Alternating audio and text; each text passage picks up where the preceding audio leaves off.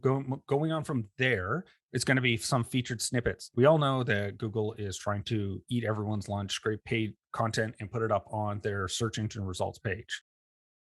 And so what we're going to do, because it's definitely helpful for a lot of people to just, even if you answer the question, maybe they want to know more, they'll click through. And so this is a way that you can show that you actually are going to answer their question. How are we going to be doing this stuff? And oh, also that the featured snippets are super important for voice search as that gets more and more, because they're going to take the pretty much what they have for the featured snippets. And then also the passages algorithm update. So you guys remember about a year ago, you started searching for things and then you got content. And when you clicked onto you clicked the link, you went onto a page and it would highlight the content you were looking for in yellow. So that was an algorithm update called passages. So instead of just indexing pages, Google indexed just little snippets of content, and it made it a better user experience because you could get the direct results. We see this in YouTube videos now, right? When you're looking for something, you click and it's got like the little segments of you're going into the middle of the video right away and it's showing you like a little excerpt. That's what the passages is. I don't know if that was Yeah, so this would be an example of the featured snippet. We can even see it's got a little bit of text saying about featured snippets. But you can see here that it's got a bit of the title, like the title that's an answer, because I just randomly asked what is the largest dog breed. And then I'm gonna fingers crossed. Yes. yeah. Um, There you go. okay, so this highlighted section here is the passages. So that means that Google has scanned. And again, it goes back to us talking about what the content audit and consolidating all these pages. And then you're going to have titles like an H2 and then answer right after. Google is going to be indexing those. And so now it has because I asked what is largest dog breed. And so they've highlighted this section. You can also see in the URL, it's got a partial. So the hashtag colon tilde, that's the little this little feller here, the guy that's just above tab, and then colon, and then it's got text, and then it's got the text of the what was actually in the featured snippet. And so it goes to here. And then if you right click, you can actually just copy the highlighted text or even remove the highlight as well. That's an example of what it looks like when we do the featured snippets. They're generally going to be question based. They're That's why you do the H2s yeah. as your question in your content. And then the other thing that goes with it is like Pip said at the very start, unordered lists, ordered lists. Twos are going to be super useful, which have their own schema as well. So that will help get them into the other thing with the featured snippets that's going to come up is making sure that the images have alt tags that are specific to that are like those ones that they had where it was I would wager that it says alt text English Mastiff. So that way when someone scans, then they know, oh, we're going to grab the breed and all that info, but we're also going to grab that image. And that image they find because it has the alt text that lets them know what the image is about. Yeah, and I mean, there's a whole search engine for images where people look up things and stuff. So images, I mean, how many of us have gone to the image portion of Google looking up things and gone to different websites because of that? Yeah, exactly. And so, yeah, most of this we've already covered.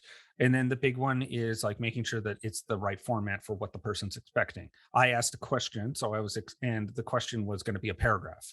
It would have been weird if they did it as like an unordered list because I'm asking what is the best, not what are 10 the best. largest. Yeah. Yeah, what are the 10 largest countries on the planet? I would expect from there to have an unordered list. Either it's got numbers or it's got the periods, like you can see here, like Yeah. the dots. If you pay attention to how you each interact with the web page, start to look at because you go and you scan the page first.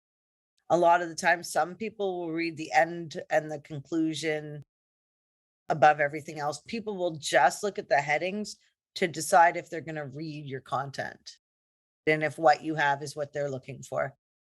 Yeah. And so being Oh thorough, yeah. this is great. Yeah, so these are some examples. So we've already covered the one that's a paragraph over here. It's got the image that links in so you could see the title.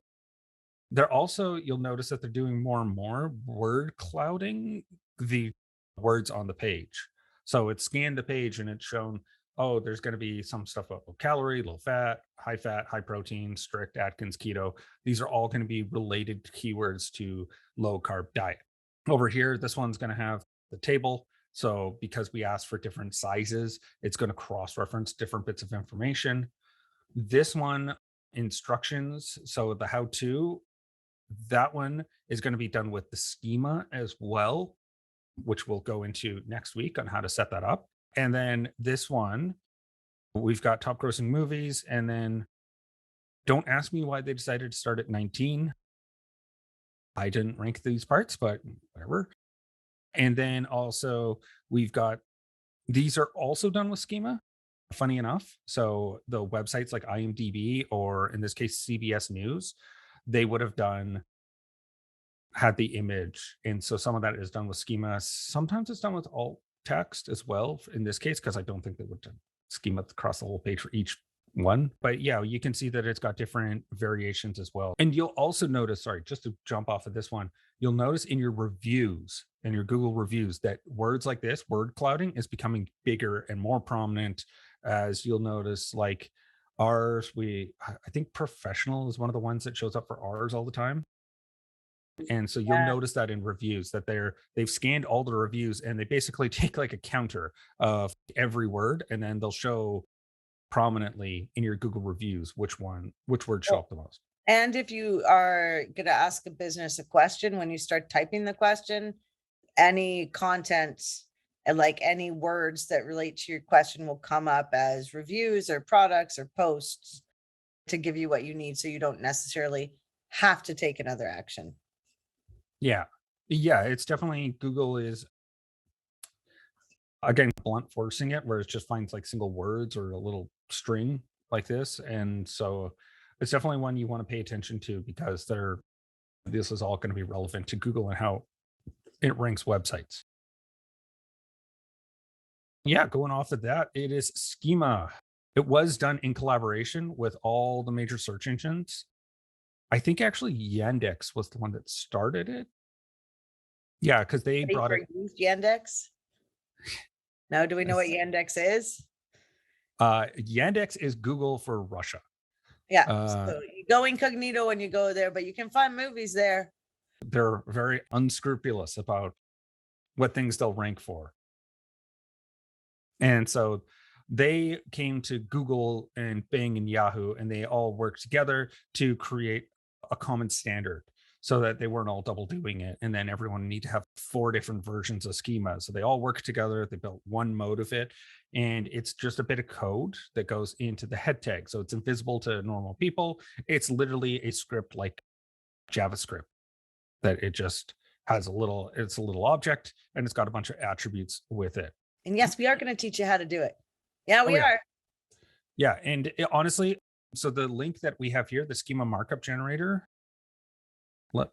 this guy is honestly, will make your life so much easier. You don't have to think about it too much. You have different types that are here. We'll go through this more next week, but you can already see that there's like local business, the how to, very important these days. Definitely, there's been a lot. I've seen a couple of case studies people have done where FAQs really boosted them. And so you'll see, God, I don't even know how to get one to show up in a search. It's been so long. But you'll notice that on the SERPs, you'll notice that there's going to be a question. You click on it and it expands to answer the question. That's done with the FAQ schema. So just keep that in mind. So the reason we're doing this stuff is to take up, so in the search engine results pages, things that stand out are like the stars. If you can get your stars in your organic rankings or your reviews, yeah, those are great. Those are FAQs. And above that one, the other result just above that, you can see the links. Like, so they have this. So look at search engine optimization, Wikipedia. Second one, no, down. This one. Yeah, that's one. See all the, what is that? History, methods, all those are breadcrumbs, right? Or site link extensions. You can get site link extensions in Google Ads, but in organic listings, you can't get these or the FAQ drop down like that in the next SERP result unless you're doing schema. So This one is done specifically with schema. This site link one, if you notice, it's hard to read, but this is actually done by the last thing we're going to cover, which is jump links. Woo! Yeah. So that's a way that you can have specific sections on a page be ranked is by doing the jump links because you can see them in the footer there. I'm pretty sure this is the same. Oh, actually, this is linking to different aspects. So that's cool. So different, actually full on different pages here, not even on the same page. Oh, wow. Yeah. So that's just something to keep in mind. And so we remember what Google's job is, right? Google's job is trying to get you to stay on the search engine results pages as long as possible. So the more information it gives you there, you might not have to click through. And when you do click through, you're probably going deeper than just the home page.